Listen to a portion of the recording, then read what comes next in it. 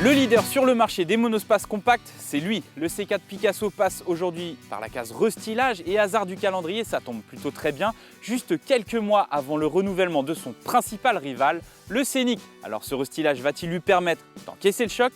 Réponse aujourd'hui. Le C4 Picasso avait fait son fonds de commerce en matière de design sur l'aspect technospace, entendez par là quelque chose de moderne, d'avant-gardiste. Et pour ce restylage, le constructeur a fait plutôt léger mais efficace, avec une nouvelle calandre, une grille d'aération plus élargie, des crochets sur les anti-brouillards. Et sur la partie arrière, on voit apparaître de nouveaux plaquages noirs laqués au niveau du pavillon et des optiques 3D. C'est léger, subtil, mais ça fonctionne.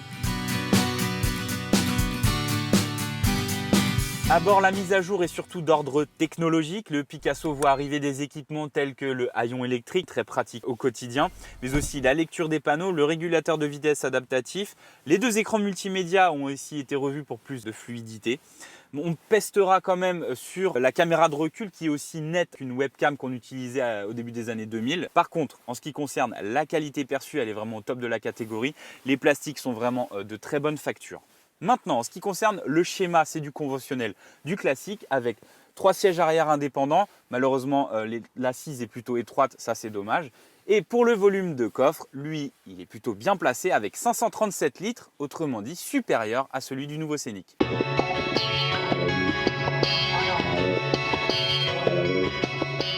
À la conduite, il y a aussi du nouveau avec l'arrivée d'une motorisation essence issue du groupe PSA. Il s'agit du PureTech 130.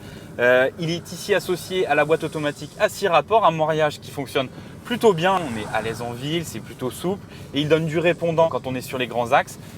Il y aura 2 petits bémols. L'utilisation de la boîte de vitesse qui est à l'américaine, autrement dit au volant. C'est pas très pratique quand on est plutôt pressé, qu'on est en manœuvre. Et le deuxième point noir, c'est aussi la consommation, puisque ce mariage s'avère un petit peu gourmand. On aura relevé une moyenne de 8,5 litres environ.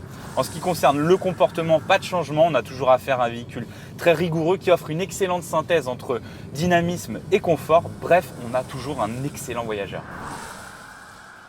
Subtil et efficace, c'est comme ça qu'on pourrait qualifier le restylage de ce C4 Picasso qui met à jour tous les paramètres fondamentaux pour rester compétitif, comme par exemple la technologie, les motorisations avec ce très performant PureTech 130, le tout sans impacter les tarifs puisque le prix d'attaque ne bouge quasiment pas à 24 950 €, il faudra compter 30 000 € pour notre version d'essai. Nous on pense qu'avec ceci, le C4 Picasso a largement de quoi rester compétitif face au futur Scénic.